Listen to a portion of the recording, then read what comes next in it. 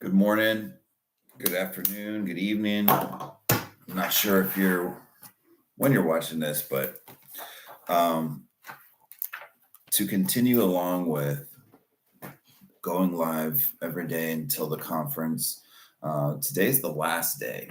So tomorrow is the conference. You can see that I'm decked out. I uh, got my Faith Builders varsity jacket on today, and I had something really cool that I wanted to share. It's pretty early, and I wanted to just kind of, while it was fresh, wanted to share with you what I was meditating on this morning.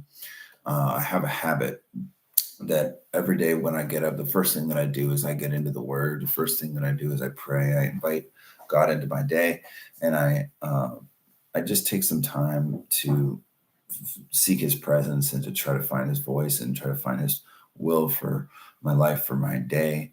And so through that practice, I've really been able to develop my I've really been able to develop myself in the things of God and be able to learn the things of God, to be able to seek His face continually.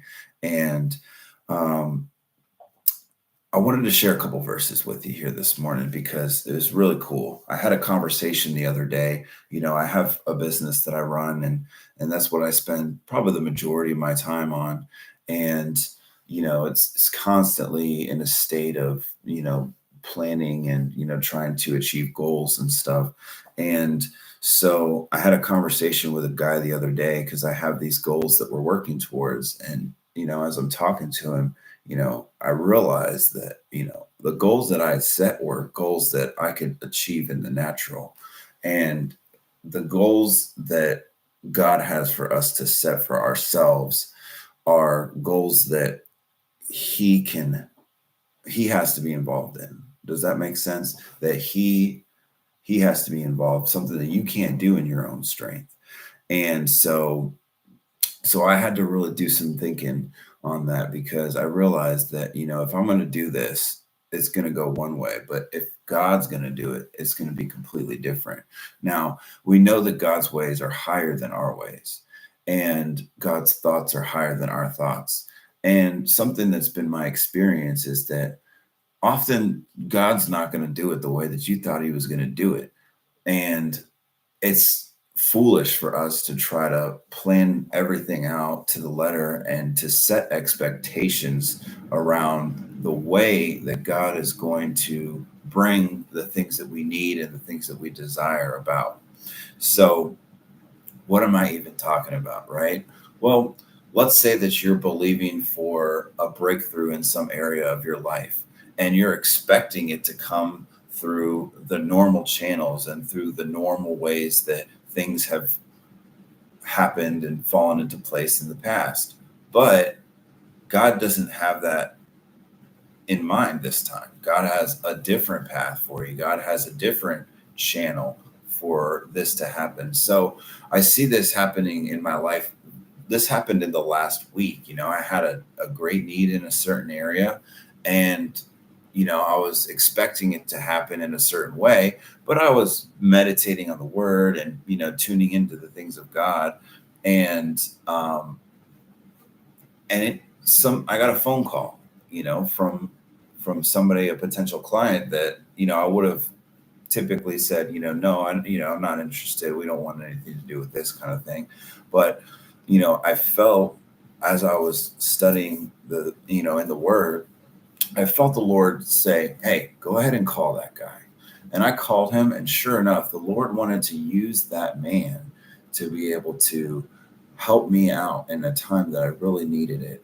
And it's so crucial for us to stay in the present of God and to find His direction, because He will lead you. His still small voice is in our Holy Spirit, and He will speak to you and He will say, call that person, or don't call that person. There's so many things that God can see that we can't. God sees the whole board. If you think about like a game of chess, we can only see one piece, but He can see the whole board. God can see everything, and He's making chess moves while we're out here trying to play checkers. So I want to get into some verses here. And so the first verse that I was meditating today was Philippians 4:13, which says, I can do all things through Christ who strengthens me. This is one of the great verses. Philippians chapter 4 is such a sick chapter. I mean, it really tells us how to live, how to conduct ourselves, how to think. And so I can do all things through Christ who strengthens me. The best part about the word of God is that these are promises. And, if we are in a relationship with God and we're doing our part, then He will do His part. And, it's a constant challenge for us to submit and to do the things that we know that we're supposed to do, regardless of the outcome, regardless of the way that things look in the natural. We're supposed to walk by faith and not by sight. Being moved by circumstances will cause you not to do the things that you need to do. I'm going to go to Galatians chapter 6, verses 7-9. And it says, Be not deceived, God is not mocked. For whatever a man sows, that will he also reap. For he that soweth to his flesh shall of the flesh reap corruption, but he that soweth to the Spirit shall of the Spirit reap everlasting life. And let us not be weary in well doing, for in due season we shall reap if we faint not. That's such a great verse because it reminds us that we cannot grow weary in doing good. Because if we continue to sow to the Spirit, then we will continue to reap in the Spirit. We will continue to reap in the things of God. We will continue to reap His favor in our lives. If we sow to the flesh, then we're going to reap destruction. We're going to reap disappointment. We're going to reap a harvest of, you're going to have whatever you sow. So if you sow to the flesh, you're going to have a harvest of the flesh. But if you sow of the Spirit, you're going to grow in the things of God, and you're going to be able to grow in His favor, and not just the favor on your life, but favor in His eyes. Ultimately, that's what we want. We want to have favor in His eyes because we want Him to see that we are worthy, not worthy, but that He can trust us. I don't really believe that we would ever be worthy of God's love, no matter how many good things that we do, no matter how many lives we touch, no matter how many, there's no way that we could ever earn our salvation. There's no way we could ever qualify for His grace and His love. It's just not going to happen. So we're never going to be worthy. But the closest thing that we can do to that is just to love the Lord our God with all of our heart and to continue to seek Him first and to be able to just do what He would have for us to do. Jesus was our example for how we should walk and how we should conduct ourselves. And if we just walk in righteousness to the best of our abilities, that's as close as we can get. But when we show God that He can trust us, He will trust us. If we're faithful in the little, we will be given much. When God gives us a little bit and we do right with it, He will give us a little bit more. And it says in the book of James, study to show yourself an approved workman.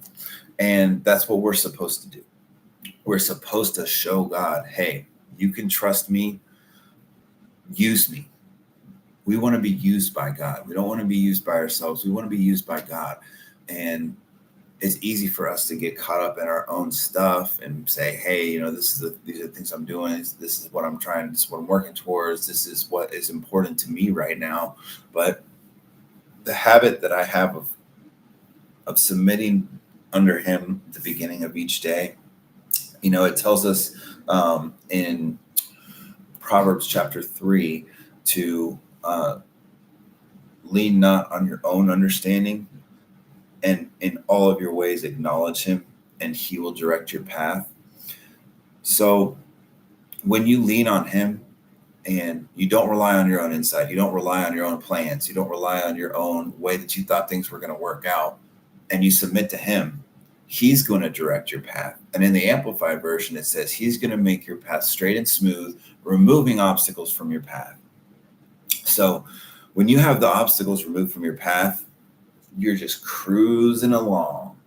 And if you have anxiety, if you have worry, if you have fear, then you are not experiencing that smoothness. You're not experiencing the obstacles being removed from your path because you have a mental obstacle of fear and anxiety causing you not to be in peace. Now, it says in Proverbs, and I'm just going to flip over so I can show you exactly what it says. I hate misquoting verses. But we were talking about this verse here just the other day. It's actually in Isaiah. So good thing we turned there, right, guys? Isaiah 26:3. You will keep in perfect peace those whose mind is stayed on you because he trusts in you. What does that mean? When you stay in the presence of God, when your mind is focused on the things of God and what will God have me do in this situation? How would God have for me to behave? When you're focused on just staying in the will of God and seeking him in everything that you do, then he will keep you in perfect peace. And when you're in perfect peace, you can make clear decisions. It is so hard if you have anxiety, fear, worry. You have this this weight, this pressure, this fog on your mind that causes you not to be able to think clearly. It causes you not to be able to make good decisions. And what happens when we're not making good decisions? We make bad decisions. What happens when you make bad decisions? There's consequences. When you make good decisions, there's consequences. The word consequences has a negative connotation, but good decisions, bad decisions, they both have consequences. But good decisions have good consequences. Bad decisions have bad consequences. And I've been so guilty of this time and again, of just allowing fear to have a place. And once that fear comes inside of your mind, then all of a sudden it takes you from having 100% mental capacity to 50%, just right off the top, because every third or fifth thought, you're like, oh yeah, I'm worried about that. Oh yeah, I don't know how that's going to work out. So uncertainty leads to worry, anxiety, and fear. And it's something that we just loop. We do these loops. Like that's what anxiety is. It's just running yourself around in a circle in your mind, worrying about stuff, but not resolving it. Like anxiety comes from unresolved issues or open loops in your mind. So when your mind is stayed on him, when you are continuing to focus on him, then he'll keep you in perfect peace. And when he keeps you in perfect peace, you can think clearly. And when you can think clearly, you can hear his voice and you can make good decisions. And once you are able to make good decisions, then you can progress, then you can move forward. So I'm going to keep going. I have some other verses I want to share with you here this morning. And, but the peace is so important. You know, we were talking about Philippians 4 earlier. Philippians 4, 6 and 7 is talking about casting your cares. No, not casting your cares, but it's talking about the peace that passes understanding. You know, if you want to talk about casting your cares, that's 2 Peter chapter 5. But when we are able to have the peace that passes all understanding, dude, we're chilling, bro. We're chilling. We're chilling. So when you're chilling, when you're on your back foot, you can make such better decisions because you're detached from the outcome. You're like, dude, whether I get that deal or not, you know, whether they finish this project or not, whether the girl calls me back or not, you know, whether I'm able to get this resolved, whatever it is, it doesn't matter because you know that no matter what happens, that God's got your back and that he works all things together for good for those that love him. and you just got a peace that passes understanding. You don't understand why you have peace because you still have the uncertainty. That's what the peace that passes understanding means, is the peace that passes certainty. Like you don't really know why you have the peace, but you know that you do have the peace.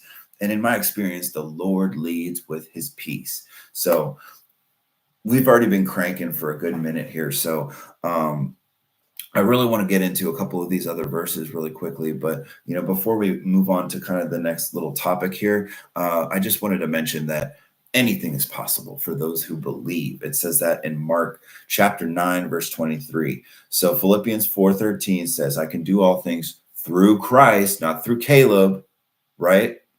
Not through, Jack, not through Tom, not through Tom, not through Julius, right? I can do all things through Christ who strengthens me. And then Mark 9:23 says, I can do anything. Anything is possible if a person believes. So we could go on verses just like that. But I'm going to go ahead and go down to this verse in Psalms 37:4. We're talking about submitting under God. We're talking about sowing to the spirit and not sowing to the flesh. And in Psalms 37:4, it says, delight yourself in the Lord, and he will give you the desires of your heart. Notice it didn't say you need to ask for the desires of your heart. No, no, no. Delight yourself in the Lord. He will give you the desires of your heart. Now, in Philippians 4, I believe it's verse 6, it does say to continue to make your specific requests made known to God. So there's definitely a place of asking for the things that you're believing for. It says here, don't be anxious or worried about anything, but in everything, in every circumstance and situation, by prayer and petition, with thanksgiving, make your specific requests known to God. There's a place for asking for the things that you are believing for. However, when you delight yourself in the Lord, dude, he just hooks you up. Boy, he just hooks you up, because I'll tell you why. Because he wants you to be happy, because he wants you to feel fulfilled. He wants you to have the things that you want. Think about you're like a father, when you have children, you want to give those children everything that they want, everything that they need. If you found out, let's say that I have a son, and let's say that this son, he wants this, I'll use the context when I was a kid, it was Lego sets. Now it's probably video games or who knows what. I don't have kids. So if I have a son and he wants a Lego set, I'm going to go down to the store. I'm going to buy that Lego set and I'm going to surprise him. I might have something like, I might say, okay, if you get these good grades or whatever, then you can have it. But I want to bless my son. I want to give him the things that he wants. So if you delight yourself in the Lord, he will give you the desires of your heart, because we are his children. And he wants to see us happy. He wants to please us just as badly as we want to please him, if not more so. So I want to encourage you on that topic of delighting yourself in the Lord, because it is so fundamental. And it's something that you have to work yourself up to, because once you really start getting into the things of God and you start activating spiritual principles and seeing them work, it perpetuates, because you're just like, oh, that works. Let me just do more of it. Oh, that works. Let me do, oh, this works. Let me do this one. And so if you get into the word, in Joshua chapter 1, verse 8, it says, this book of the law shall not depart from out of your mouth, but you shall meditate on it day and night, and be careful to do everything that is written therein. That's one of my favorite verses. And the reason that's one of my favorite verses is because it tells us that if you meditate on the word day and night and you're careful to do everything that is written in it, it says, then you will find your way prosperous and successful. Prosperity and success. Doesn't get much better than that, dude. I'm telling you right now, if you want to be prosperous and you want to be successful, meditate on the word day and night. Be careful to do everything that's written in it. Then you will find your way prosperous and you will be successful.